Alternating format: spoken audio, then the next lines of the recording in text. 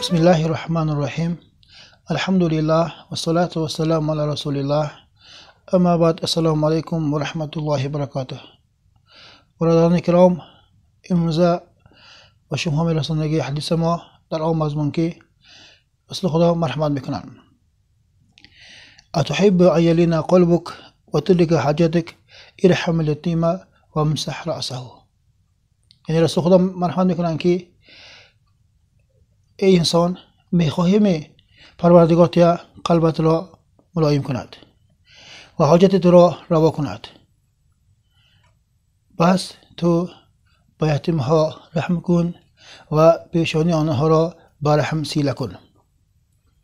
هر دو این صفتی که رسول خدا مرحمت کرد گفتن این برای مؤمن آدم قلبش ملایم شدنش و پروردگار حاجت آن انسان را برای اجرا کنندنش، یعنی حاجت و انسان برای روا شدنش از طرف پروردگار این نعمت حساب میشد. هر حالنده، هر زماننده، در محل ها، ممکن در اولادهان یتیم ها به تقدیر الهی زیست میکنند.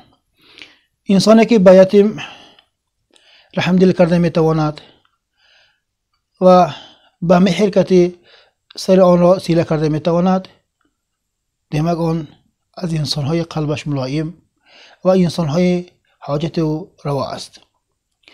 عکس این شده اگر مانده علت برحمدلی باشد یا که ایذا دادن تحقیر کردن یتیم شود، عکس این شدن خوفشه. قلب پروردگار حاجت ما را روا نکردنش، قلب ما را سخت کردنش است. انسان قلبش سخت شود و انسان از حلاوت عبادت دور می شود و دویم علتش و انسان حاجتاش روا نشده، کارهاش حبته شده، عملهای کردگیشنده نه حضور، نه حلاوت، نه آخی می رسد. گاها در کارهای کرسادگی ما یک تلافت شدنش یا که یک کار مونده یک ناخوش شدنش، اگر همین خیل حق یتیم به خیانت شده مونده شد، در حق مسکین ها ظلم شده مونده شد، از هوای دانستن را پیامبر خدا در این حدیث مرحمت میکنند. بیاید برادرهای کرام، برای پروردگار قلب ما را ملایم کردن و برای حاجت ما روا شدن، رحمدلی را و سر یتیم ها را سیله کردن را از پروردگار پرسیده به همین چیز حرکت کنیم. السلام علیکم و رحمت الله.